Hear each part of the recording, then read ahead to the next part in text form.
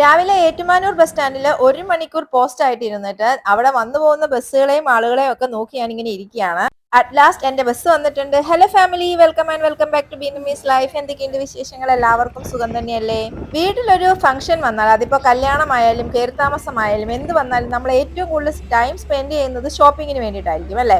അപ്പം കല്യാണവും കയറിത്താമസവും ഒക്കെ ഒരുമിച്ച് വന്നാലോ, ഷോപ്സിൽ നിന്ന് ഇറങ്ങാനേ നമുക്ക് സമയം കിട്ടത്തില്ല. ഇപ്പൊ നമ്മൾ ആലപ്പുഴയിലെ SM സിൽസിലാണ് വന്നിരിക്കുന്നത്. മുമ്പ് നമ്മൾ ബ്രോഡ്വേയിൽ പോയിട്ടുണ്ടായിരുന്നു, അതിന്റെ വീഡിയോസ് നിങ്ങൾ കണ്ടിട്ടുണ്ടാവുമെന്ന് വിശ്വസിക്കുന്നു.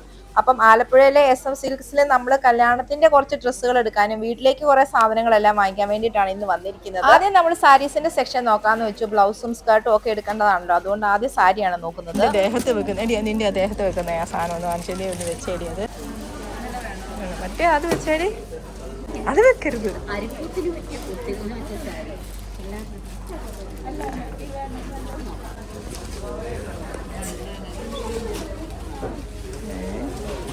രണ്ടും കൂടെ നോക്കുമ്പോഴത്തേന് ഏതാണ് നല്ലത്?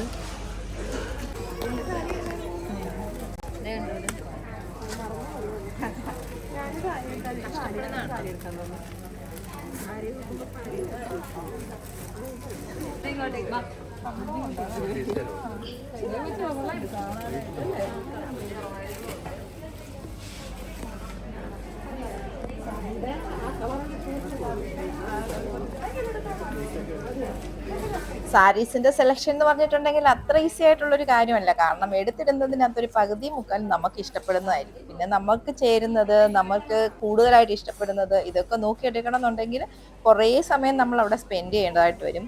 ഞാൻ ഈ വീഡിയോയിൽ കുറേ സൗണ്ട്സ് ഒന്നും അങ്ങനെ കട്ട് ചെയ്ത് കളഞ്ഞിട്ടില്ല. കാരണം ഇതെനിക്ക് പിന്നീട് ഒരു സമയത്ത് ഇത് കണ്ട് നമ്മൾ അന്ന് അങ്ങനെ ആയിരുന്നു എന്നൊക്കെ നമ്മളത് എൻജോയ് ചെയ്യണം എന്നുണ്ടെങ്കിൽ ഈ സൗണ്ട് ഒക്കെ അതിനകത്ത് തന്നെ വേണം. നമ്മൾ അതെല്ലാം മാറ്റി വല്ല പാട്ടിടുകയോ ഒക്കെ ആണെന്നുണ്ടെങ്കിൽ എൻ്റെ ഒരു സന്തോഷം പോകും. സാരീസുമായിട്ട് ഞാൻ അത്ര വലിയ പ്രിയത്തിലല്ലാത്തത് കാരണം എൻ്റെ ഉള്ളിലെ ആ ഒരു ഷോപ്പിംഗ് സൈക്കോ ഇങ്ങനെ അടങ്ങി കിടക്കുമായിരുന്നു. പക്ഷേ ഞാൻ ആ സാരീസിന്റെ സെക്ഷനിൽ നിന്ന് പുറത്തേക്ക് വന്നു കഴിഞ്ഞപ്പോഴേക്കും എനിക്കിങ്ങനെ ഷോപ്പിംഗ് എന്നുള്ള ഒരു ക്രേവിങ്സ് തുടങ്ങിയിട്ടുണ്ട്. ഞാനാണെങ്കിൽ ജനുവരിയിൽ പറഞ്ഞു ഇനി 2026 ഷോപ്പിംഗ് ഒന്നും ചെയ്യൂല. ഫെബ്രുവരിയിൽ വാങ്ങിച്ചു കഴിഞ്ഞപ്പോൾ പറഞ്ഞു ഇനി 2026 ഷോപ്പിംഗ് ഒന്നും ചെയ്യൂല എന്ന്. ഇവരൊക്കെ ലേഡീസ് സെക്ഷനിലേക്ക് കയറുന്നതിന് മുമ്പ് ഞാൻ ക്യാമറയും തൂക്കി ഇവരുടെയൊക്കെ പുറകെ നടന്ന് വീഡിയോസ് ഒക്കെ എടുക്കുന്നുണ്ടായിരുന്നു. ലേഡീസ് സെക്ഷനിൽ എത്തി കഴിഞ്ഞപ്പോഴേക്കും ഞാൻ ഇവരുമായിട്ട് കുറച്ചൊന്ന് സെപ്പറേറ്റ് ആയി. കാരണം അവിടെ ഒരുപാട് നല്ല ടോപ്സും അതും ഒക്കെ ഉണ്ടായിരുന്നു. കുർത്തീസ് ഒന്നും എനിക്ക് അത്ര വലിയ ഇഷ്ടപ്പെട്ടില്ല, പക്ഷെ കുറെ ടോപ്സ് ഉണ്ടായിരുന്നു, അതൊക്കെ നല്ലതായിരുന്നു.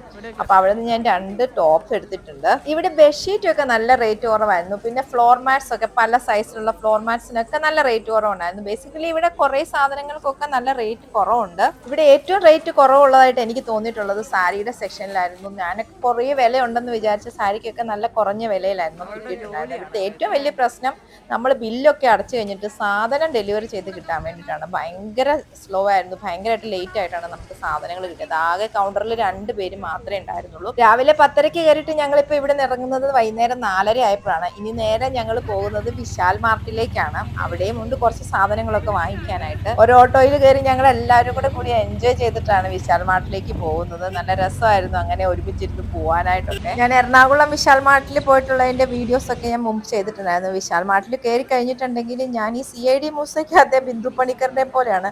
ഏതെടുക്കണം എന്ന് പറഞ്ഞ് ഞാൻ അങ്ങോട്ടും ഇങ്ങോട്ടും ഓടി നടക്കുകയും ചെയ്യും, കുറേ സാധനങ്ങൾ എടുക്കുകയും ചെയ്യും. എനിക്ക് അത്രയ്ക്ക് ഇഷ്ടമാണ് ഇവിടുത്തെ ഷോപ്പിംഗ്.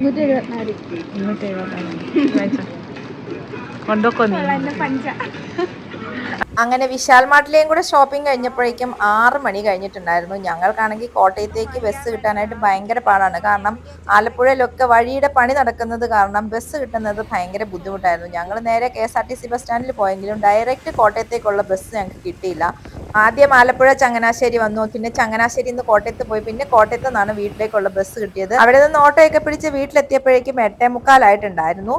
എന്നാലും ഞാൻ ഈ ഒരു ഷോപ്പിംഗ് ഡേ നന്നായിട്ട് എൻജോയ് ചെയ്തു. കസിൻസിൻ്റെ ഒക്കെ കൂടെ ഇങ്ങനെ ഷോപ്പ് ചെയ്ത് നടക്കുന്നത് എനിക്ക് ഭയങ്കര ഇഷ്ടമുള്ള ഒരു കാര്യമാണ്. അപ്പോൾ ഈ വീഡിയോ നിങ്ങൾക്ക് ഇഷ്ടപ്പെട്ടിട്ടുണ്ടെങ്കിൽ നിങ്ങൾ കൂടി ഒരു ലൈക്ക് ചെയ്തേക്കണം. ഇഷ്ടപ്പെടുവാണെങ്കിൽ ഒരു കമൻറ്റ് കൂടി ചെയ്തേക്കണേ. Thank you for watching.